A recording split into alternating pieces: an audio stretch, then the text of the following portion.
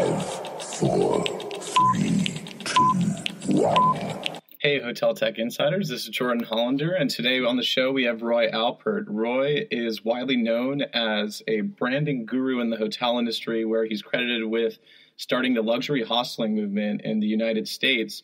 Roy is also an angel investor with an incredible portfolio, and he's been an early adopter of hotel technology products like Porter & Sale, Voyant, and Stay in Touch. Welcome, Roy. Yep, thanks for having me. Roy, I'd love to get started by talking about your background and how you got into the industry. Yeah, sure. So I grew up in Los Angeles and lived in Israel for most of high school, but grew up in a family that did a lot of entertaining, which was sort of where I learned about hospitality and bringing people together, which I think is sort of why I decided to get into the business. I went to college in Miami, which, hospitality is sort of the main industry down there, and I'd say that's where I got sort of exposed to the hotel business. So always wanted to sort of be in it, and Miami exposed that to me. And then I moved to New York for graduate school, and upon that, joined the Sydell Group. So that was my most recent position there, was working with them as a partner and director of the Freehand, which was like an upscale hostel concept, really with the idea that there wasn't a great hostel product in the United States. Traveling in the U.S. for young people is very difficult. There wasn't a place that kind of brought people together, but also offered sort of the design and food and beverage that, we sort of seek. So that was sort of the concept behind Freehand, was sort of integrating the social experience of a hostel, but also having destination food and beverage and the focused design, not to mention like the basic things like security and cleanliness that just are not a given in the hostel space. And now I'm really left to pursue some other projects focused around, creative use of real estate through hospitality, not necessarily brand focused, but just how do we sort of maximize an asset through hospitality. I think hospitality's crept into all sorts of areas in real estate that are not always hotel, as in sort of the apartment space, co-working. So that's sort of what I'm focused on. When Freehand first started, it seemed like it almost became an overnight sensation by tapping into a demand and a customer segment that wasn't really being served by the hotel industry at large. Can you talk about who that segment was and what it was about Freehand that really resonated with them? Yeah, I think when we launched Freehand, it was actually right around when Instagram came out. So really capitalizing on social media to create awareness about the brand and let people know about it was kind of a unique time because people were really taking to that platform. So I definitely spent a lot of time figuring out how to create awareness through that platform. We opened during our Basel week, which was definitely a great time to get the right people into the space and to share some of the activities that were going on there. That was key. I think adapting technology through social media is obviously, now it's a given, but back then it was kind of it was innovative because it was just starting.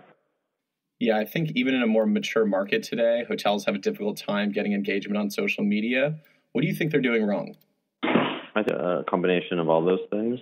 I agree with you that a lot of hotels try to put this content out that feels a little forced. I think because it's a young brand and just the nature of the customer that was coming there, that it was just very authentic and organic.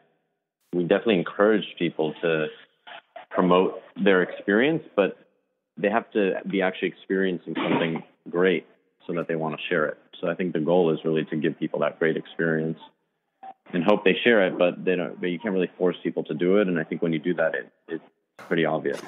Now, I know social media wasn't the only technology that you pioneered in your career. Can you talk about some of the other technologies that you adopted and what your general philosophy is when it comes to bringing technology into the hotel industry? Yeah. I think the goal with that brand was how do we connect between people as much as possible. And Voyant in particularly was enabled a really interesting way to do that. I think there's a few goals that you have when you're opening a hotel. One is figuring out how to create awareness that you exist, which is sort of step one. And social media is a great way to do that. And the other is to build direct business So once people are aware you exist, get them to book through you versus all the other channels. So Voya helped us do both those. The Wi-Fi system online to get a lot of data on our customer, so we were able to market directly to them. And it also created like a Facebook integration where when you were actually going to book your room, you could see who else would be at the property during your booking, which for a brand like Freehand was really, because you can connect with people, especially if you're sharing them. So the platform was definitely very helpful for us. One of the goals of Hotel Tech Insider is to help technology companies find new ways to grow. So I'm always curious to hear, how did you first learn about Voyant and decide to bring them on board? I grew up in LA and live in New York. A lot of my friends work in startups. I have a lot of relationships with people in the tech space. So I've just been fortunate to get connected with people. Is it safe to say that without that relationship, you might not have heard of them or adopted that product? That was the case. Had met somebody. I was definitely thinking about how to do that, but we were small. It was a small team. I did not have people researching the latest technology. It was a little more reactive in that sense, where I see something great and I'd be like, wow, that'd be awesome if we can do that. Figure out who the right person is to speak to about that. Or oftentimes people just approach me.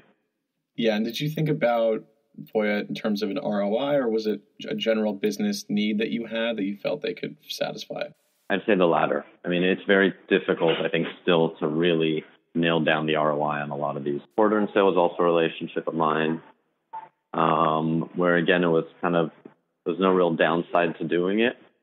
They had created a lot of great content, and I thought it would be interesting to work with them and see, also just as a case study, because it was our first property, like if I wanted to open more properties, potentially developing our own app just to see like how people interacted. And how did you think about building your own app?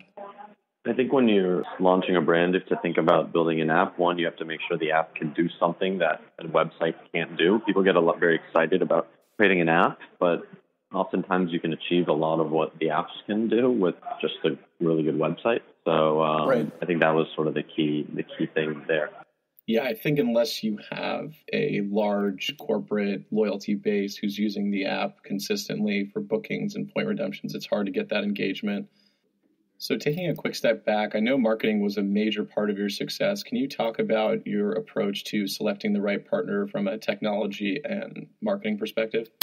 I do like to work with companies that aren't working with all the competitors in that space. So, I wouldn't go to a web agency that's also working with like 3 or 4 other hotels. I think that there's a lot of information that an agency can gain that you need to be careful, especially if you're developing innovative concepts and ideas that those ideas that aren't being used with other brands. So I think word of mouth, I think kind of taking someone who's not everywhere in that industry is really important.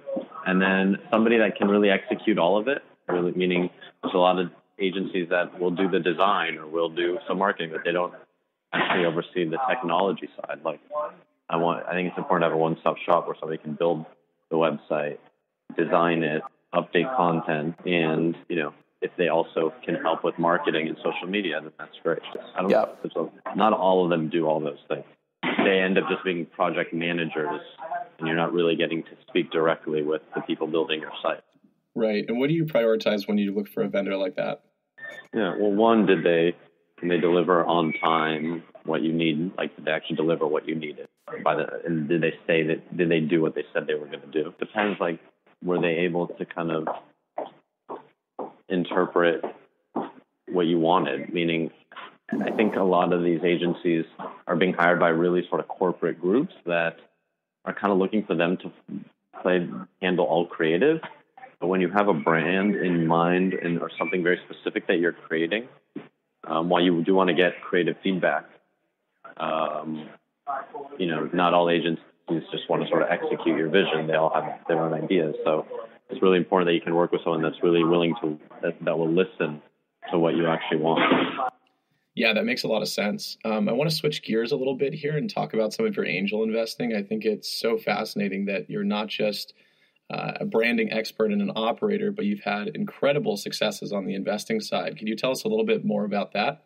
Yeah, I mean, I try to invest in companies that I can and are This is where I identify the problem that they're solving and that it somehow relates to me. So it's kind of happened in a really organic way where somebody's like starting a business. I'm like, yeah, I've had that problem. I think it's a great idea. Here's how I can do things. So some of the companies that I'm invested in include Sweetgreen, which is another example of a company. So, I'll help them find the right location. Like I put them at the Nomad Hotel, for example, and knew that would be sort of a huge platform for them to be in New York City because at the time they were DC based. I'm an investor in a company called Parachute, which is a direct-to-consumer bedding company, which is also making a push in hospitality with their Parachute Hotel, which they opened above their retail store and sort of getting their product into hotels. I'm an investor in a company called Sir Kensington, which is an artisanal. I am invested in Toledo, which is a technology solution for restaurants. So all these thoughts were providing great solutions to businesses. With a little bit of a focus on wellness. That's definitely an area that is interesting. Separately, I look a lot of these sort of direct-to-consumer businesses that are taking sort of more traditional experiences, but adding better branding, offering them direct-to-consumer. I think it's kind of an unparalleled time for all those businesses to change and evolve from bedding companies to toothbrushes. I mean, anything you think of can be branded in a way that's more modern and relevant. Right. It's really the Warby Parker effect where you cut out the middleman and go direct to consumer to control the brand like you did at Freehand. A lot of the members of this group are in B2B businesses. Can you talk about your approach there? On the B2B side, I think,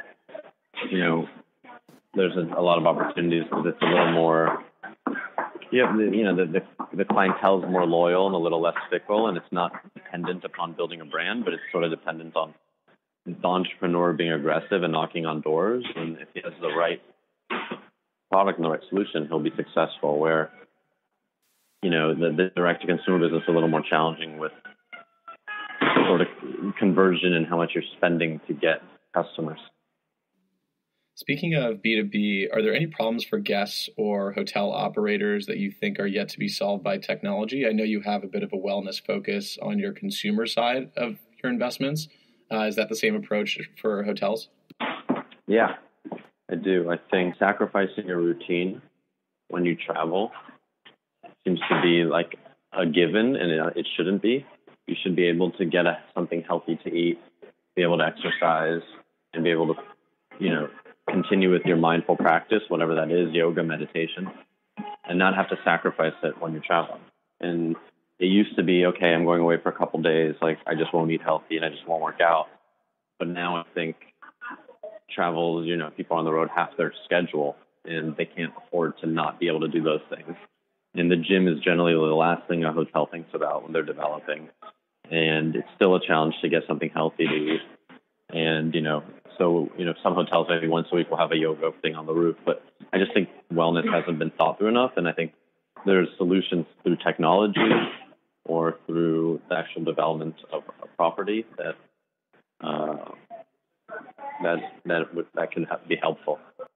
So if I was starting a wellness technology company in the hospitality space, what advice would you have for me to reach people like you in order to grow my install base? I mean, I think for the tech companies, it's really try to find a connection through somebody. And if you're going to just cold call, try to get in touch with ownership or even the companies investing in these properties versus just the operational people. And I just think the traditional operators are not always looking to do things that are risky or, to be honest, give them more work or complicate their job. Yeah. Because they're not necessarily incentivized on how profitable a business is always, or they're not always thinking 5 years ahead and 10 years ahead. They're their job's to operate a hotel and meet budget that month. And if anything that's a distraction to that is not really important. So, I think I would try to get in touch with ownership where the company's investing.